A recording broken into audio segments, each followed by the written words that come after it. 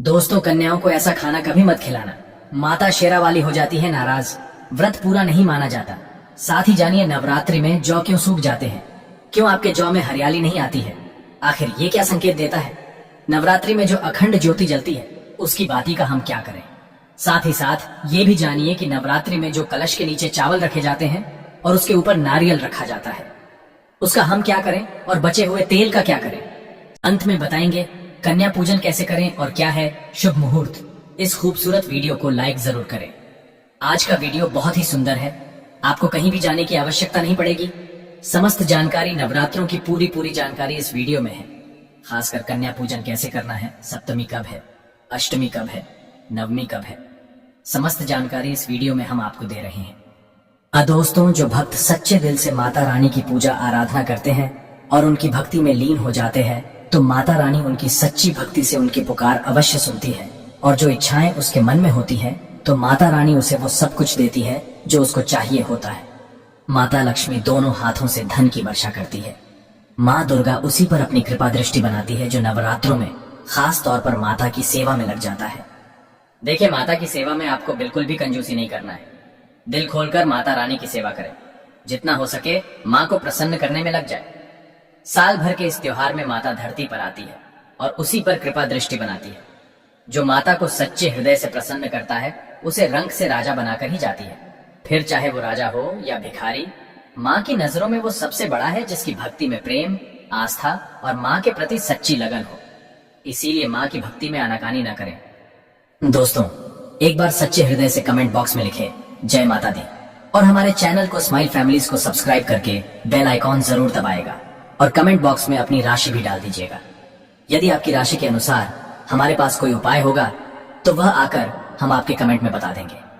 दोस्तों, सबसे पहली बात, नवरात्रि में हम एक माटी के प्याले में जौ भरते हैं ताकि हमारे घर में सुख शांति बनी रहे और माता प्रसन्न हो जाए।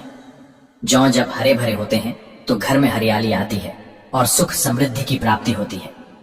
जब जौ हरे भरे होते हैं तो समस्त देवी देवता खुशियां मनाते हैं और घर की उन्नति के लिए कामनाएं करते हैं, आशीर्वाद देते हैं। हरे भरे जौ में साक्षात माता रानी अपने 9 स्वरूपों के साथ खेलती हैं और घर में सुखों की बारिश होती है तथा धन की बारिश होती है।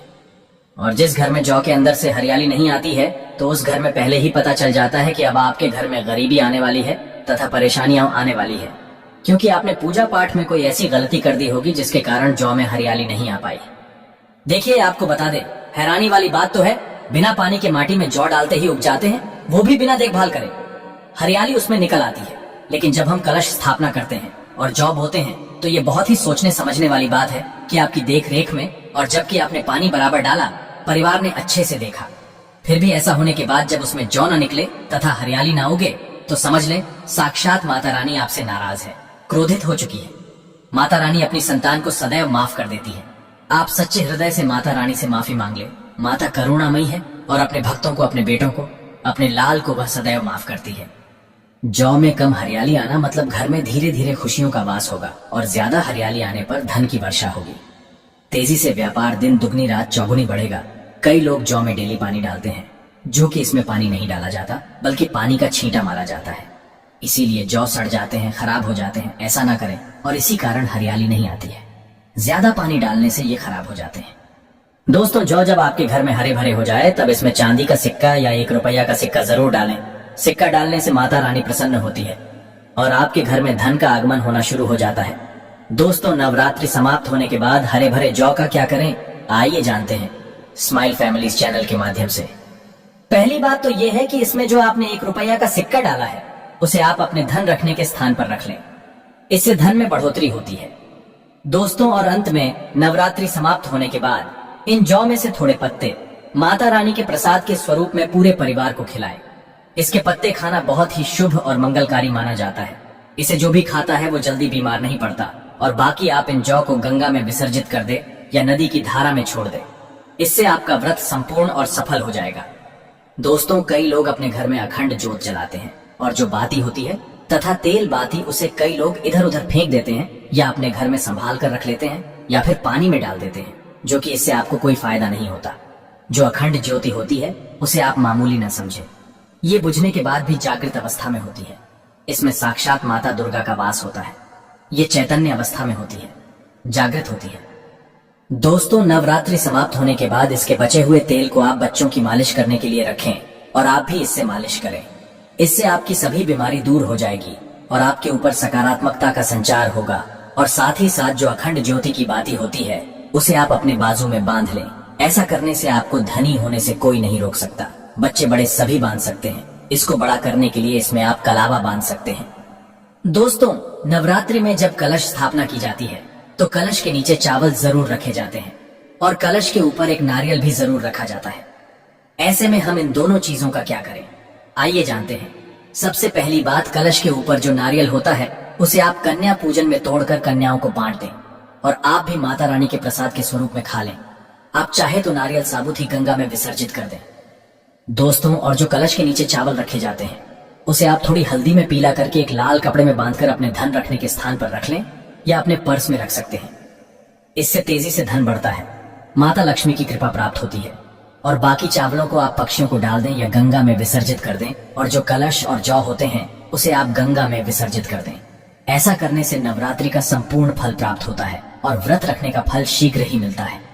और दोस्तों, और भूलकर भी ये गलती कभी मत करना। गंगा में कचरा आदि, धूप बत्ती के डिब्बे, माचिस के डिब्बे भूलकर भी मत डालना। सड़े गले फूल गंगा में नहीं डालना चाहिए। इससे उल्टा व्यक्ति नरक में चला जाता है और परिवार में गरीबी का वास हो जाता है। गंगा मैया क्रोधित हो जाती है और श्राप देती है। इसीलिए ऐसा घोर पाप कभी मत करना। इसके पीछे एक कथा है। जब गंगा मैया भगवान शिव से शिकायत लेकर पहुंची तब भगवान शिव कहते हैं, जो मनुष्य गंगा को मैला करेगा वह कभी पवित्र नहीं कहलाएगा। वह हमेशा नरक में भटकता रहेगा, उसे मोक्ष प्राप्त नहीं होगा। वह नरक के भांति इसी पृथ्वी लोक में भ्रमण करता रहेगा। इसीलिए गंगा को मैला नहीं करना चाहिए, नहीं तो आपका समस्त पुण्य नष्ट हो जाएगा। आपका पुण्य भूत पिशाच को प्राप्त हो जाएगा। दोस्तों, अगर आपको माता रानी की चुनरी उपहार में मिली है, जैसे जागरण आदि से या किसी पंडाल से या धार्मिक यात्रा से, तो ऐसी माता की चुन्नी बहुत ही शुभ मानी जाती है। इससे आपका वैवाहिक जीवन सफल हो जाता है। माता रानी की चुन्नी को आप संभाल कर रखें। इसे आप करवा चौथ पर, बट सावित्री व्रत आदि में या किसी पर्व पर, त्योहार में अवश्य पहने। इसमें माता रानी का आशीर्वाद होता है जो आपको प्राप्त हुआ है। ऐसी चुनरी सदैव संभाल कर रखें, क्योंकि माता की चुनरी जागृत अवस्था में होती है। इसे मामूली ना समझें। नवरात्रों में चाहे कुछ भी कर लेना, लेकिन ये कार्य जरूर करना, बिन पूजा पाठ के ही सारा फल मिल जाता है। आप चाहे कुछ करें या ना करें, लेकिन नवरात्रों में यह एक काम जरूर कर लेना। मैं माता रानी की सौगंध खाता हूं, माता लक्ष्मी खुद आपके घर में चलकर आएंगी, आगे आपकी मर्जी। दोस्तों, नवरात्रि में बिना व्रत, बिना पाठ के आपको संपूर्ण नवरात्रि का फल मिल जाएगा। ये वीडियो ध्यान से देखना। अगर आपने व्रत नहीं रखा है कोई बात नहीं, आपको परेशान नहीं होना है, क्योंकि कभी कभी हम काम के चलते या फिर ऑफिस वर्क होता है या कभी कभी कुछ ऐसे हम कामों में फंस जाते हैं जिसके कारण हम माता रानी के नवरात्रों में उनको टाइम नहीं दे पाते। तो आपको परेशान नहीं होना है। अगर आपने व्रत नहीं रखा है कोई बात नहीं, पूजा नहीं कर रहे हैं नवरात्रि में कोई बात नहीं। दोस्तों, बस ये एक काम आपको कर लेना है। नवरात्रि में जितने भी लोग पूजा पाठ करते हैं उससे भी आपको अधिक बढ़ करके फल प्राप्त होगा। तो ये वीडियो ध्यान से देखना। आज की जो मैं वीडियो बताऊंगा बहुत ही सुंदर है, ज्ञानवर्धक जानकारी है। इस प्रकार की जानकारी आप लाखों रुपए खर्च करेंगे फिर भी कोई नहीं बताने वाला। हमारे चैनल का मकसद है जनहित एवं जन कल्याण करना, इसलिए आप लोगों को इस प्रकार की अच्छी अच्छी जानकारी सिखाते हैं। तो आइए इस वीडियो में जानते हैं नवरात्रि में ऐसा कौन सा कार्य करने से बिना व्रत, बिना पूजा या फिर बिना कन्या भोजन के सारे फल की प्राप्ति हो जाती है। केवल सच्चे मन से अगर नवरात्रि के समय में कोई भी व्यक्ति पूरे मन के साथ, पूरे विश्वास के साथ, सच्ची लगन आस्था के साथ अगर दुर्गा सप्तशती में वर्णित सिद्ध कुंज का स्रोत का पाठ कर लेता है तो संपूर्ण दुर्गा पाठ का फल उन्हें प्राप्त हो जाता है। जो भी आप व्रत रखते हैं, माता रानी के लिए आप चाहते हैं कि माता रानी का आपके ऊपर आशीर्वाद प्राप्त हो, माता रानी की कृपा मिले। आपकी कोई अधूरी मनोकामना है, वो चाहते हैं आपकी अधूरी मनोकामना पूर्ण हो जाए। सरकारी नौकरी हेतु पितृदोष, राहु दोष, मंगल दोष, कर्ज दोष, शनि दोष, कर्ज का दोष, गरीबों का दोष मात्र पल भर में दूर होगा। तो अगर आपने नवरात्रि का व्रत रखा है तो वो सारे फल अगर आप चाहते हैं और उसका 1000 गुना फल प्राप्त हो जाए तो नवरात्रि के समय में दुर्गा सप्तशती का पाठ जरूर करना। और जो लोग नवरात्रि का व्रत नहीं रखे हैं, किसी कारणवश उन्हें टाइम नहीं मिल पाया है, ऐसे व्यक्ति दुर्गा सप्तशती में वर्णित सिद्ध कुंज का स्रोत का पाठ जरूर करना। पूर्ण रूप से आपको नवदुर्गा माता का पूजा पाठ करने से, नवदुर्गा के 9 दिन व्रत करने से, कन्या भोजन कराने से जो फल प्राप्त होता है। दोस्तों, केवल इस पाठ को सच्चे मन से अगर आप जो है नवरात्रि के दिन एक दिन बस केवल आप जो है बैठ करके जप लेते हैं तो पूर्ण रूप से आपको फल प्राप्त हो जाता है। मैं आप लोगों को बताना चाहूंगा, जो लोग सामर्थ्यवान हैं ऐसे लोगों को कन्या पूजन भी जरूर करना चाहिए। मैं कल की भी वीडियो में बताया हूँ। अब कन्या पूजन का बेनिफिट क्या है तो माता रानी स्कंद पुराण में भी लिखा है और कई सारे हमारे जो है देवी पुराण में भी इसका वर्णन मिलता है। माता रानी जितना पूजा पाठ से प्रसन्न होती है उतना ज्यादा कन्या भोजन कराने से हो जाती है, क्योंकि कन्याओं को देवी का स्वरूप माना जाता है और जो कन्या होती है नवरात्रि के समय में ये साक्षात नवदुर्गा का स्वरूप हो जाती है। मैं कन्या पूजन के बारे में विस्तार से वीडियो के अंत में बताऊंगा, तो वीडियो में कंटिन्यू बने रहना। कन्या पूजन कैसे करना है और क्या मुहूर्त है सब बताऊंगा। दोस्तों, दूसरी जानकारी बता रहा हूँ, ये जानकारी आपकी जिंदगी में बाहर लाएगी, आपके जीवन में चल रही परेशानी को दूर करेगी, क्योंकि हम आप लोगों को बहुत सरल साधारण सी विधि बताते हैं जिसमें आप सभी दर्शकों का कल्याण छुपा होता है। तो नवरात्रि के दौरान आपको एक पुष्प का पौधा जरूर लगाना है। मैं इसका फायदा भी बताऊंगा। कौन कौन से पुष्प लगाने चाहिए? हमारे धर्मशास्त्रों के अनुसार कहा गया है दोस्तों, अगर कोई व्यक्ति मंदिर के किनारे में मदार का पौधा लगा दे, ध्यान से सुनिए, जो सफेद कलर का मदार का पौधा होता है किसी भी मंदिर के किनारे में लगा देते हैं। ये पुष्प वहां पर उपस्थित जो देवी देवता है, मंदिर में जो रहने वाले जो देवी देवता है, जैसे शिव मंदिर है, शिव मंदिर में मदार का पौधा लगाते हैं तो इसका एक पुष्प अगर कोई भी व्यक्ति रख करके चढ़ा दे शिव मंदिर में जाकर के, तो आपको एक स्वर्ण दान के बराबर पुण्य की प्राप्ति होती है। तो मदार का पौधा लगाने से इसमें जो फूल खिलेंगे वो जाकर के देवी देवताओं को चढ़ाए जाएंगे, तो उसका आपको जो है पुण्य की प्राप्ति होगी। जो व्यक्ति चढ़ा रहा है उसको आधा फल मिलेगा और आधा फल आपको प्राप्त होना शुरू हो जाएगा। तो मदार का पौधा अगर कोई भी व्यक्ति नवरात्रि के समय में किसी भी शिव मंदिर है, माता रानी का मंदिर है, उनके समीप में जाकर के लगाता है तो अक्षत पुण्य की प्राप्ति होती है। न इसमें आपको व्रत करना है, न पूजा पाठ करने की जरूरत है, बस आप जो है कोई भी फूलों का पौधा लगा सकते हैं। इस श्रेणी में आते हैं जैसे मदार का पौधा, सदाबहार का पौधा। सदाबहार हमेशा हरियाली रहता है और ये हमेशा फूलते हैं। ऐसे फूल का आपको चयन करना है जो हमेशा फूलते रहे, जिसमें फल फूल आते रहे। तीसरे नंबर पर आता है कनेर का पौधा। जो कनेर का पौधा है ये देवी माँ का श्रृंगार कहा गया है। कनेर के पौधे से अगर कोई भी व्यक्ति, कनेर का पौधा सफेद कलर का अगर कनेर है तो फिर इसे अति उत्तम माना जाता है। कनेर के पौधे को पार्वती का स्वरूप कहा गया है। धर्मशास्त्रों में तो कनेर का पौधा चढ़ाने से माता रानी बहुत प्रसन्न होती है और गोदान के बराबर हमें फल की प्राप्ति होती है। आप चाहते हो तो गुड़हल का पौधा लगा सकते हैं। दोस्तों, मंदिर के किनारे में, देवी मंदिर के किनारे में अगर कोई भी व्यक्ति गुड़हल के फूल का पौधा लगता है तो हमारे धर्म शास्त्रों में ऐसा कहा गया है, गुड़हल के वृक्ष पर साक्षात माँ जगदम्बा का वास होता है। जी हाँ, ये मैं कोई हवा में हवाई बात नहीं कर रहा हूँ, प्रमाणित बात कर रहा हूँ। धर्मशास्त्रों में भी लिखा है, आप माता रानी को 56 भोग लगाएं या ना लगाएं, कोई श्रृंगार का सामान चढ़ाए या ना चढ़ाए, इससे कोई फर्क नहीं पड़ता। लेकिन अगर कोई भी व्यक्ति नवरात्रि के समय में गुड़हल का पुष्प माता रानी को सच्चे मन से अगर माला पिरो करके 21 की संख्या में, 11 की संख्या में चढ़ा दी जाए तो उस व्यक्ति की वह मनोकामना पूर्ण होने से साक्षात ब्रह्मा भी नहीं रोक पाते हैं। गुड़हल का फूल माता रानी को चढ़ाने से नवरात्रि में आपने पूजा पाठ व्रत रखे हैं, पूजा पाठ कर रहे हैं, कोई बात नहीं। अगर आप व्रत नहीं कर पा रहे हैं, पूजा पाठ में टाइम नहीं दे पा रहे हैं, तो गुड़हल का फूल माता रानी को नवरात्रि के किसी भी दिन, एक दिन 21 माला पिरो करके, माला बनाकर के माता को चढ़ा देना, संपूर्ण व्रत का फल मिल जाएगा। आपने नवरात्रि का व्रत रखा हो या ना रखा हो, इससे कोई फर्क नहीं पड़ता। बस गुड़हल का फूल माता रानी को चढ़ा देना, तो ऐसा कहा गया है।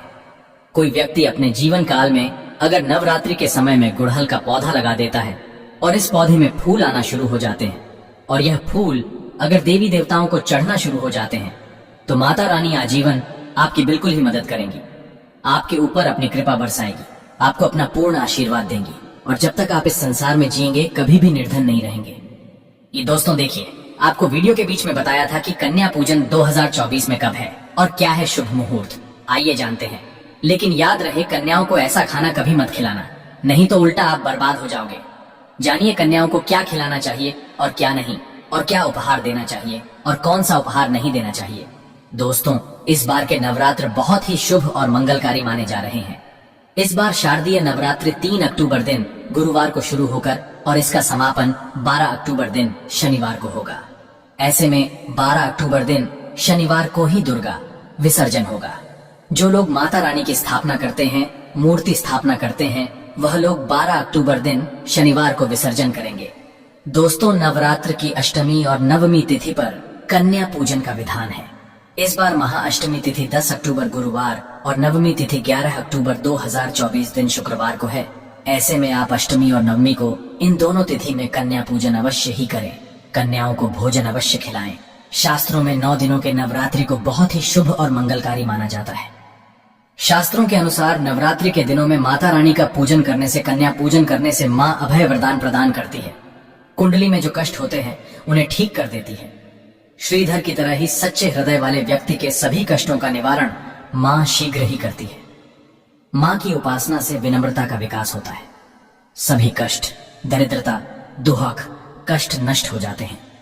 नवरात्रि में माता रानी का व्रत और पूजन किया जाता है, लेकिन नवरात्रि के दौरान सबसे ज्यादा महत्व होता है कन्या पूजन का। दोस्तों, कन्या रानी जो होती है फूल की पंखुड़ियों की तरह नाजुक होती है। कन्या पूजन सर्वोपरि है, श्रेष्ठ है।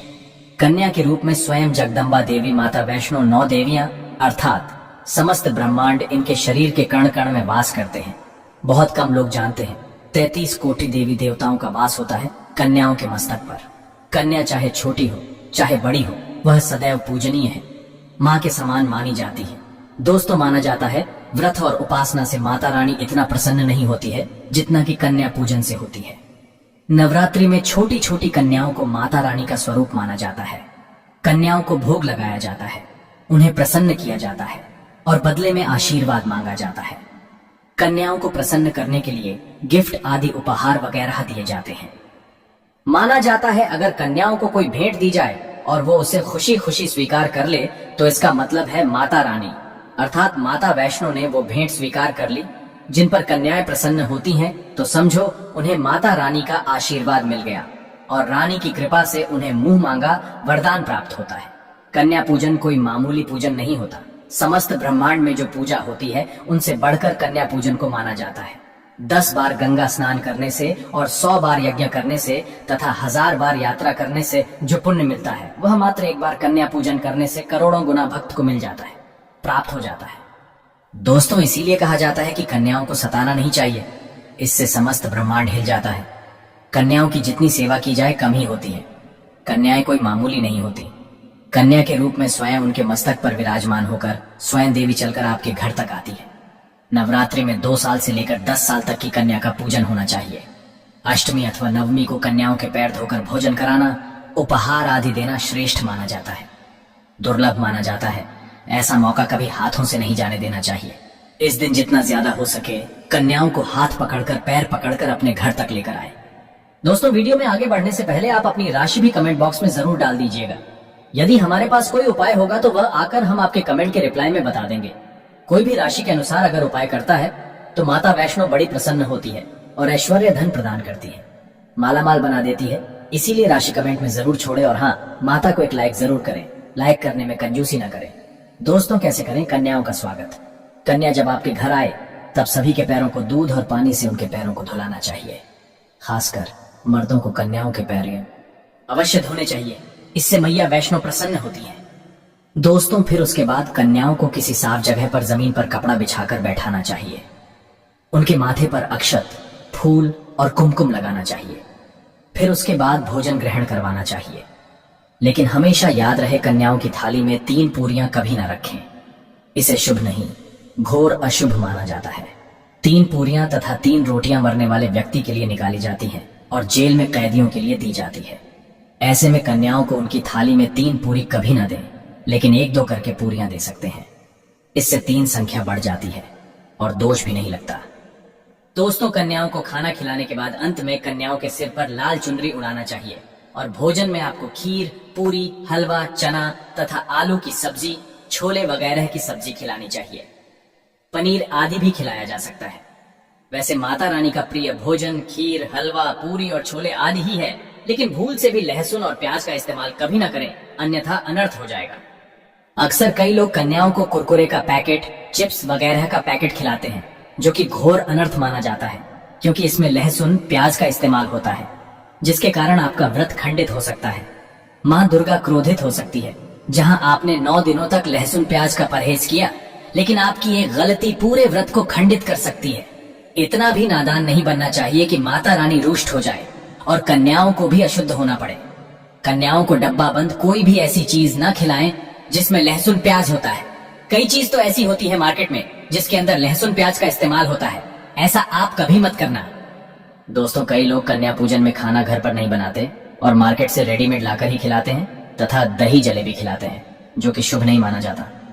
दोस्तों, ऐसा खाना वो लोग खिलाते हैं जिनके घर में मान लीजिए कोई दुर्घटना आदि हो गई है, या घर में कोई बीमार है, या कोई मुसीबत है, तब वो ऐसा करते हैं। लेकिन अगर आप स्वस्थ हैं, आपको कोई पीड़ा नहीं है, तो ऐसा भूल कर भी नहीं करना चाहिए। माता रानी दही जलेबी नहीं, आपके हाथों का बना भोजन खाना चाहती है, आपका प्यार चाहती है। फिर चाहे आप घर में एक ही पूरी क्यों ना बनाए माता के लिए, पर आप स्वयं ही अपने हाथों से माता रानी को भोजन खिलाएं।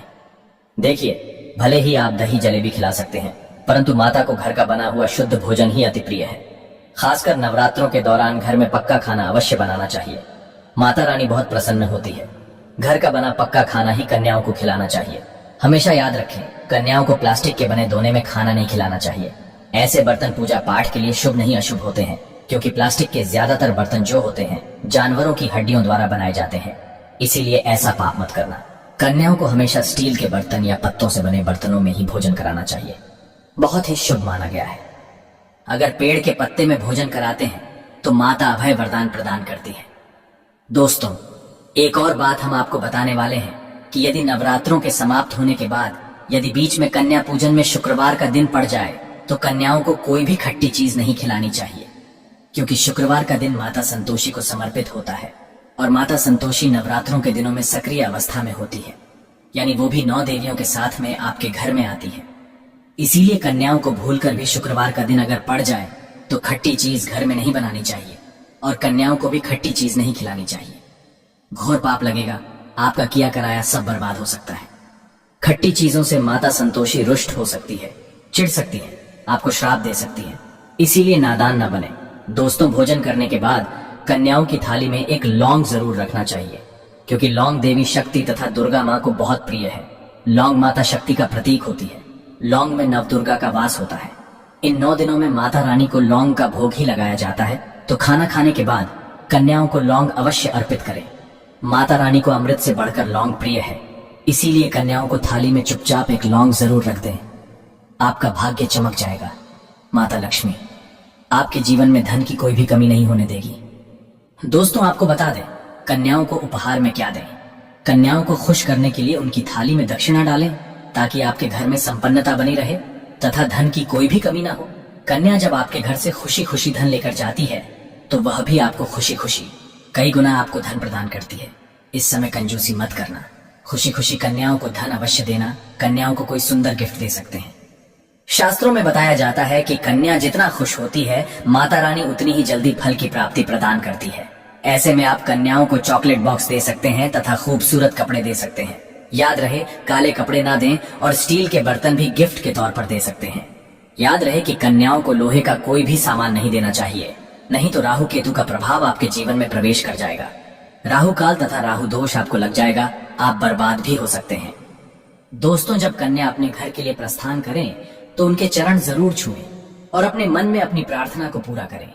सच्चे दिल से मांगी हुई मुराद माता रानी अवश्य ही पूरी करती है। सच्चे दिल का मतलब होता है मन में कोई भी लालच ना हो, और अगर वो लालच माता को पाने के लिए बन जाए तो उसे बोलते हैं सच्ची श्रद्धा और सच्ची भक्ति। ऐसी भक्ति के आगे स्वयं 33 कोटि देवी देवता आपको नमस्कार करते हैं। ये दोस्तों, नवरात्रों के दिनों में अगर मिल जाए आपको यह संकेत, तो समझो माँ दुर्गा आपके घर में आ चुकी है। यह संकेत बताते हैं माँ दुर्गा का आशीर्वाद आपको प्राप्त होने वाला है। तो आइए शुरू करते हैं। दोस्तों, पहला संकेत, जब आप कलश स्थापना करते हैं तो जौ से निकली हरियाली बहुत ही शुभ मानी गई है। कहा जाता है कि जौ से निकली हरियाली हमारे भविष्य में होने वाले अच्छे और बुरे होने का संकेत देती है। ये सभी बातें हमारे आने वाले साल का भविष्य बताती हैं। यदि आपने जौ बोए हैं और वो किसी कारणवश नहीं हो पाए हैं तो ये संकेत बड़ा ही मनहूस माना गया है। कहा जाता है कि नवरात्रों में जौ अगर सूख जाते हैं या बढ़ते नहीं हैं तो आपको समझ लेना चाहिए कि ये साल आपका खराब होने वाला है तथा घर में कोई बीमारी आने वाली है, या दिन दुगनी रात चौगुनी आपकी कम होने वाली है या घटने वाली है। दोस्तों, ये धन हानि का संकेत माना गया है, क्योंकि आपने कोई ना कोई गलती ऐसी कर दी होगी जिसके कारण माता रानी नाराज हो गई है। इसीलिए माता से आप क्षमा अवश्य मांग लें। माँ अपने भक्तों को अवश्य माफ करती है। एक माँ ही होती है जो अपने बेटे को, अपने लाल को हर गलती पर माफ करती है। लेकिन ऐसा बेटा किस काम का जो माँ से माफी ना मांगे। इसीलिए माता रानी से अपनी गलती की माफी अवश्य मांग ले। मैया वैष्णो अपने भक्तों को कभी निराश ही नहीं करती, बल्कि उन्हें धन धान्य से और खुशियों से परिपूर्ण बना देती है। और दोस्तों, यदि जौ हरे भरे हो जाते हैं तो ये शुभ संकेत होता है। इससे आने वाले समय में आपको बहुत ज्यादा ही धन लाभ होगा। माना जाता है कि 1 रुपए का सिक्का या चांदी का कोई भी सिक्का जौ के बीचों बीच में अगर मिट्टी में दबा दिया जाए तो घर में सुख समृद्धि आती है। माता लक्ष्मी दौड़ी दौड़ी चली आती है।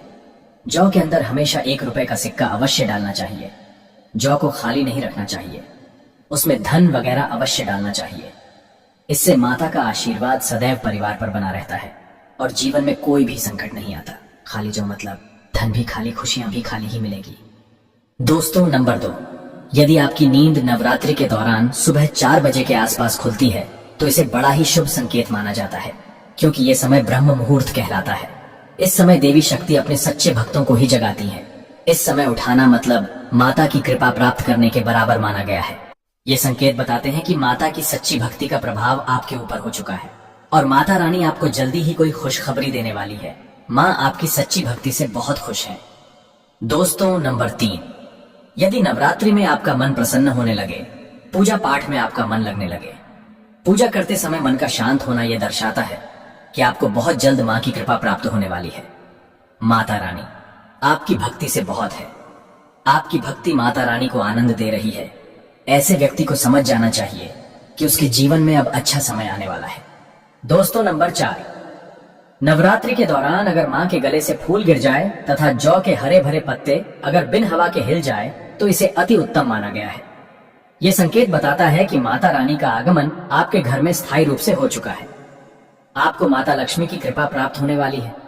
ये संकेत कुछ खास लोगों को ही दिखाई देते हैं। माना जाता है कि अगर पूजा करते समय धुआं अधिक बढ़ जाए तो इससे ये पता चलता है कि आपके घर से गरीबी हमेशा हमेशा के लिए जाने वाली है। भूत प्रेत आत्माएं अब आपके घर से हमेशा के लिए जाने वाले हैं। पूजा करते समय धुएं का अधिक होना बहुत ही शुभ और मंगलकारी माना गया है। यह संकेत भविष्य में अच्छे परिणाम को दर्शाता है। दोस्तों, नंबर 5, द्वार पर गाय का आना। वेदों में बताया जाता है कि नवरात्रि के दौरान गाय माता का घर में आना बड़ा ही शुभ संकेत माना गया है। नवरात्रि में द्वार पर गाय का आना अत्यंत शुभ है। यदि आपके भी द्वार पर गाय आती है तो गाय के माथे पर कुमकुम लगाना न भूले तथा गाय को रोटी जरूर खिलाएं। इससे माँ दुर्गा अत्यंत प्रसन्न होंगी और आपकी झोली खुशियों से भर देंगी। द्वार पर गाय का बार बार आना भी जीवन में आने वाले अच्छे संकेतों की ओर इशारा करता है।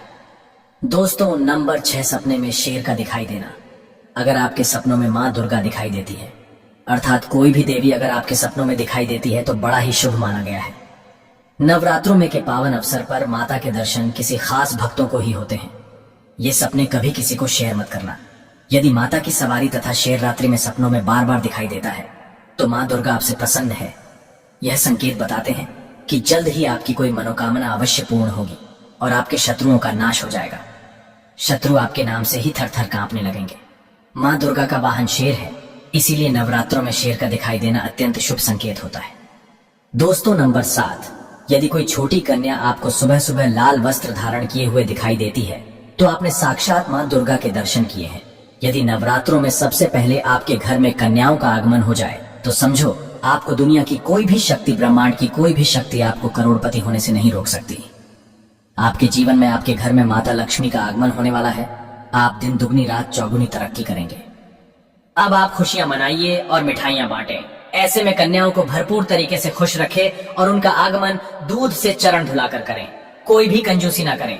दोस्तों, माता रानी आपको ये संकेत दे रही है कि अब आपका बुरा समय समाप्त हो चुका है। अब जीवन में सुख समृद्धि के द्वार खुल जाएंगे। तो कमेंट बॉक्स में लिखें, जय माता दी माता रानी आपकी झोली खुशियों से भर दे।